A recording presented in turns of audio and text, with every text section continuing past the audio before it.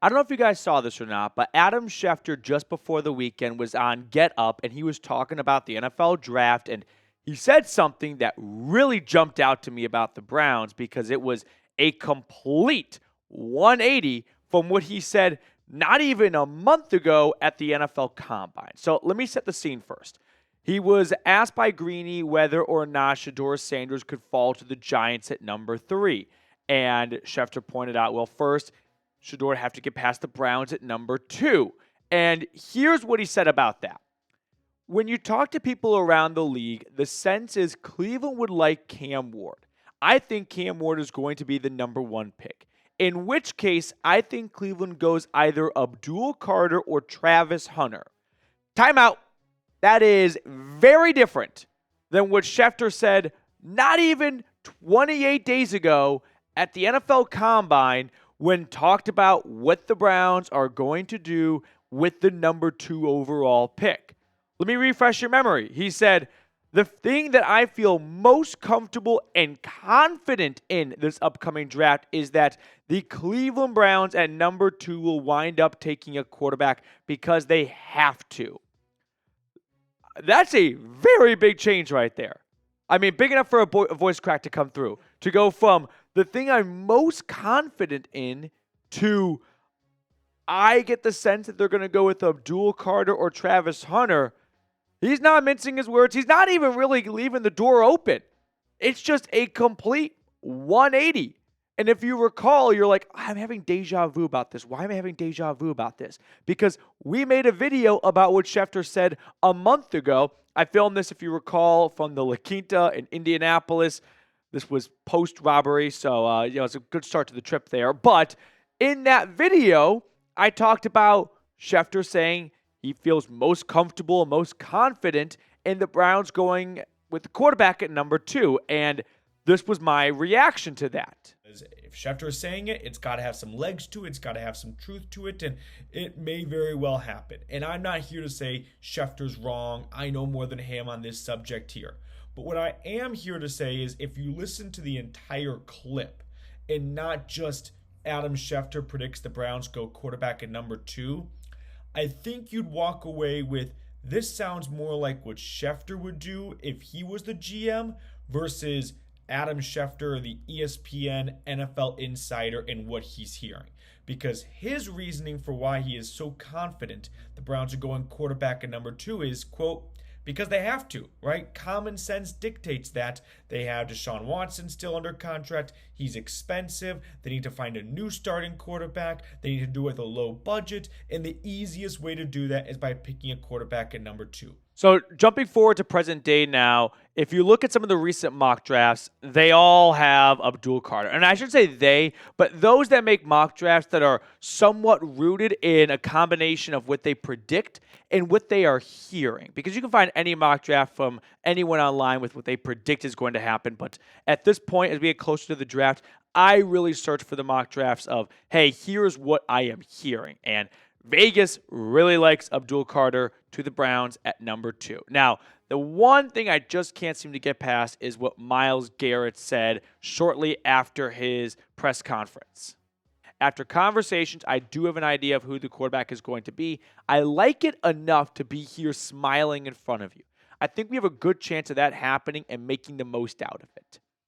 Good chance of that happening. If the plan was Shedeur Sanders, it's not a good chance of happening. It's a 100% chance of happening. You're picking second, and he's not going first. So, good chance makes it sound like maybe it's someone they want to draft in round 2 or 3, where there is an element of unknown if they'll be there, but they could feel good that he's going to fall to that spot. Another good chance of happening could be a free agent, like Russell Wilson or Kirk Cousins. Probably not Aaron Rodgers, but, a free agent where the Browns tell Garrett, this is our plan. We want to go sign Russ. We're going to make this offer. We're going to make this pitch.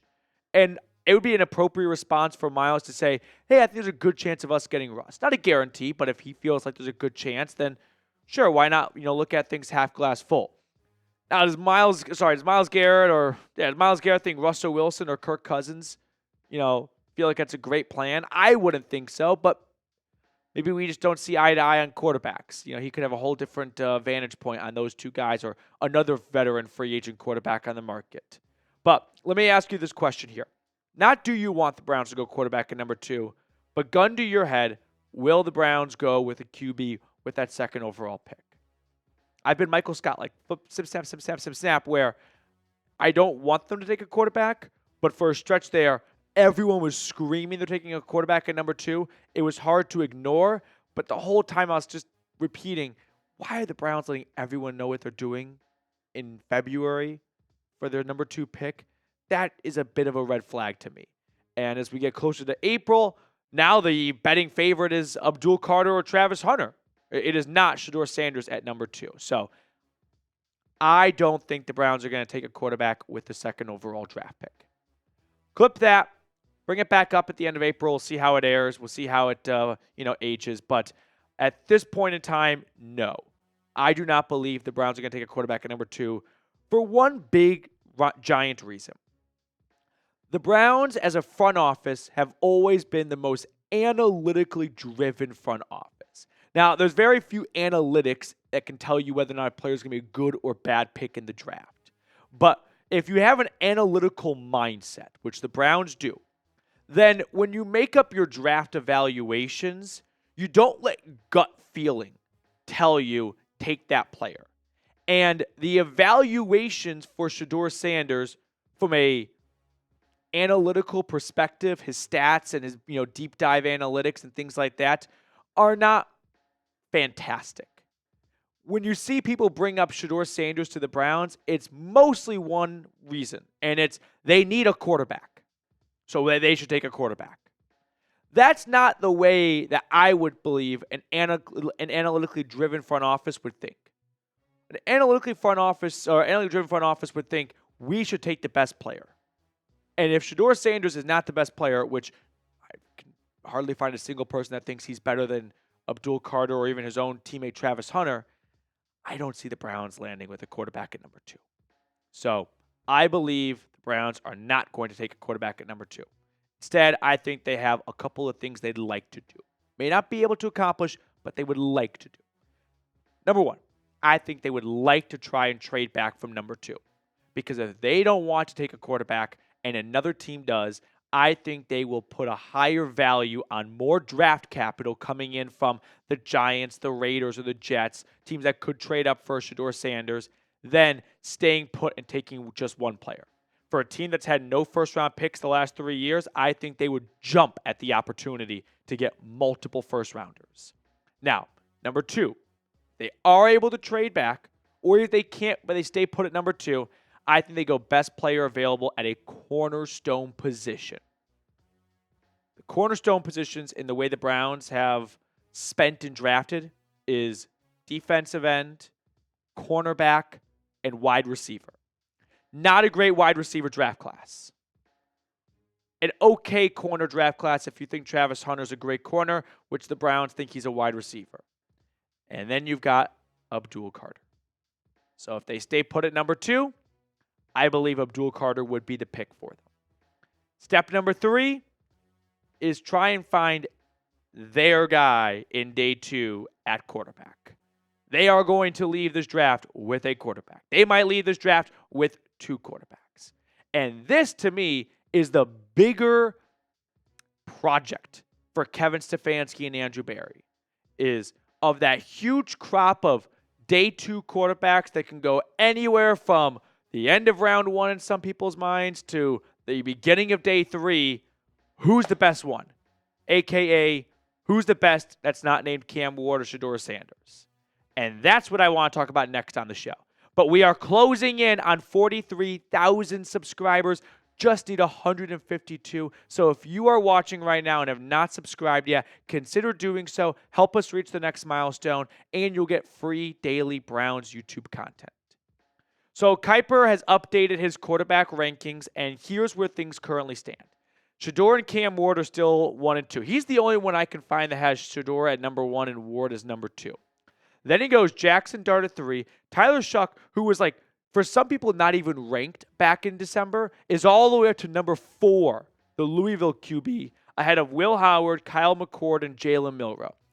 Gabriel, Ewers, and Leonard, they are all day 3 guys in my eyes. Maybe Ewers with the arm talent jumps up to round 3, but I think at this stage it's more likely he goes round 4. Now, my quarterback rankings, because while Kiper is the godfather of the NFL mock draft system, he's not the best batter, we'll say, when it comes to some of the rankings. So here's how I have ranked him out. Number 1, Cam Ward. Number 2, Shedeur Sanders. I want to note there is a big gap between these two, and there is a tiny gap between these 3 right here. Shedeur number 2. I've got Kyle McCord at number 3, and I know Ohio State fans watching have just left the video after saying that, but I believe that the Browns are going to like Kyle McCord more than you may want them to, because there is a lot about McCord's game that I think could fit nicely in Stefanski's offense and somewhat appease Andrew Berry. I have Jaxson Dart at number 4 and then Tyler Shough at number 5. Let's talk about these guys, though. Starting with someone not on this list, actually, Jalen Milroe. He had a very impressive pro day. He put together a great 40-yard dash, and the Jalen Hurts comps are flying around there. I don't believe Jalen Milroe is going to turn out to be a successful quarterback in the National Football League. How am I proven wrong? He falls into a Jalen Hurts situation, which doesn't just mean he sits. It means he sits on a team that has a stacked roster, right? He inherits A.J. Brown, Devontae Smith. He gets Saquon Barkley. And how many future Hall of Fame offensive linemen in front of him? At least 2. Jason Kelsey, Lane Johnson. Man, my lot is playing like he's going to be one. Who am I forgetting, you think? Anyone else that's like, those are just Hall of Famers. They're all Pro Bowlers, by the way. So that, to me, is a big ask for Jalen Milroe to be the next Jalen Hurts. All you got to do is have a couple of Pro Bowl, All-Pro, future Hall of Famers around you on offense. Hurts, I'm not saying is a bad quarterback, but Jalen Milroe, I don't think is as talented as Hurts. And if that is what's going to be his comp, he's got to go to a team that has that system, or at least you think can build that system. Browns don't have that system. Kyle McCord. Let's talk about it. Let's talk about the quarterback that no Ohio State fan wants the Browns to take. I thought he had a very impressive year at Syracuse. He set the ACC passing record. Now, 34 touchdowns, 12 interceptions. There is sure some gunslinger mentality in there, and he could not really push Ohio State to the level that they are accustomed to when he was the quarterback. I do believe he made a ton of progress and made great strides in his one season for the Orange. I think Andrew Berry could fall in love with him, and this is going back to the analytical stuff. This is going to sound really nerdy, but the spin rate, and this is not baseball, but there are some numbers that indicate McCord looks way better on paper than on the field, and I think that's something Berry could fall in love with. And I think McCord could be there at the later stages of round 3, and the Browns could sell themselves on, we can get blue chip players with pick 2, pick 33, get a really good player with their own 3rd-round draft pick, and then get our quarterback to develop for a year with the Bills' late 3rd-round draft pick.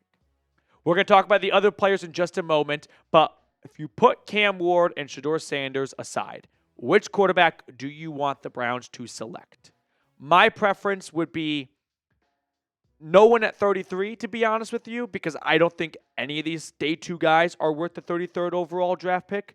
So whoever the best player you feel like in round 3 is, and that might be Kyle McCord in my eyes.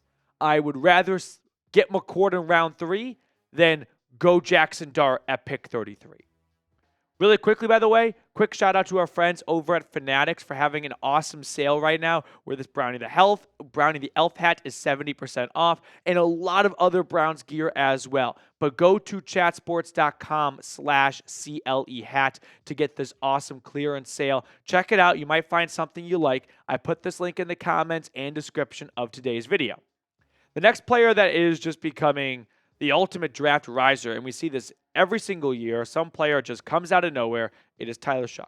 He is the Louisville quarterback. He is 25 years old. He spent 3 years.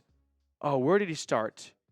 He's about to be 26. Yeah, he was at I can't remember, Texas A&M to Louisville. Where was he before Texas A&M for 3 years? Was it Oregon? Anywho, He has had a magnitude of injuries that derailed his collegiate career, multiple season-ending injuries to his legs from his running, his shoulder as well, but his one season as a true starter, where was he? Producer Reed checking in. He went Oregon, Okay. Texas Tech, Yeah. Louisville. So Oregon for 3 years, Texas Tech for 3 years, and then he was backing up, I think, Justin Herbert. That's how old he is. He was Justin Herbert's backup. Anyway, back on track. Last year at Louisville, he had some incredible highlight plays. If you go watch his highlight reel, I would wager you might fall in love with him enough to go, hey, let's hear out Mary Kay for trading back into round 1 to get him. Highlight reels are just that. Highlights. You can make anyone look like a first-round draft pick with their highlight reel. It's their best moments. You look at his low-light reel, and I think you might say we should not take him in round 7.